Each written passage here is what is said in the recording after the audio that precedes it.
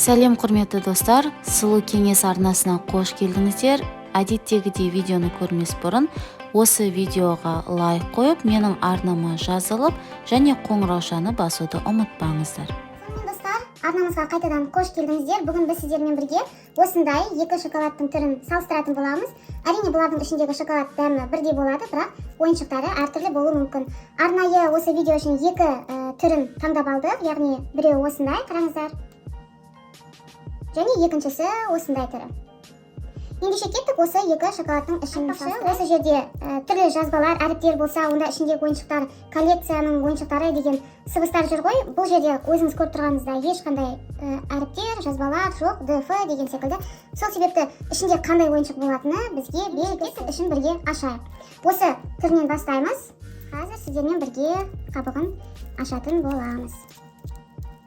Жалпы киндер шоколадтары өте танымал, балалар сүйіп жақсы көреді, жақсы ұнатады. Ішіндегі ойыншық, шын айтсам, тіпті маған ересек адамның өзіне әрқашанда қызықты, қандай ойыншық шығады екен деп. Мінекей, қараңыздар қандай әп-әдемі өзі. Өте ұнайды маған. Енді мінекей. Күшті, сол балалық шаққа алып барады. Енді ойыншығын ашып көрейік. Айтпақшы, бұл киндерлардың ойыншығын мына жерден басатын болсаңыз, онда қақпағы өзі ашылады. Позорымды шығарып ашылмай қалды ғой. Міне. Ура! Ішінде қараңыздар, қандай күшті секілді ойыншық шықты. Міне керемет. Ішінен міне осындай ойыншық шықты. Қараңыздар, қандай секілді. Мынау шынымен де коллекциялық болып табылады. Енді бұны құрастыру қажет.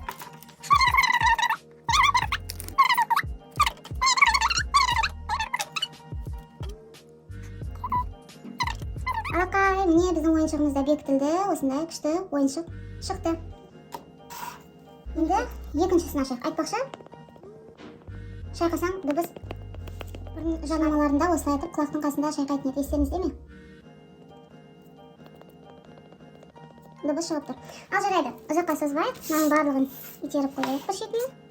Сөйтіп екінші шоколадты ашуға кірісейік.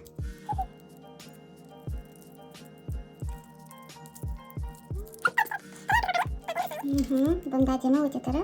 Ал енді шоколадын алып, ішіндегі жұмыртқаны алайық.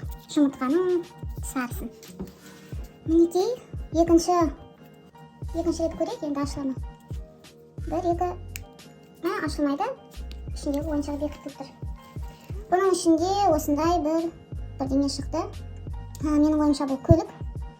Жинау керек, және көрейік қалай шығатын. Дұрыс болып шыққан секілді, ішінде осындай көлік екен.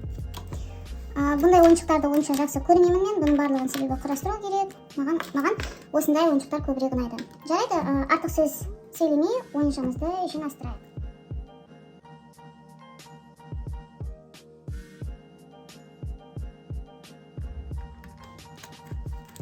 Мінекей достар, ойыншығымыз жиналды, осындай көлік шықты.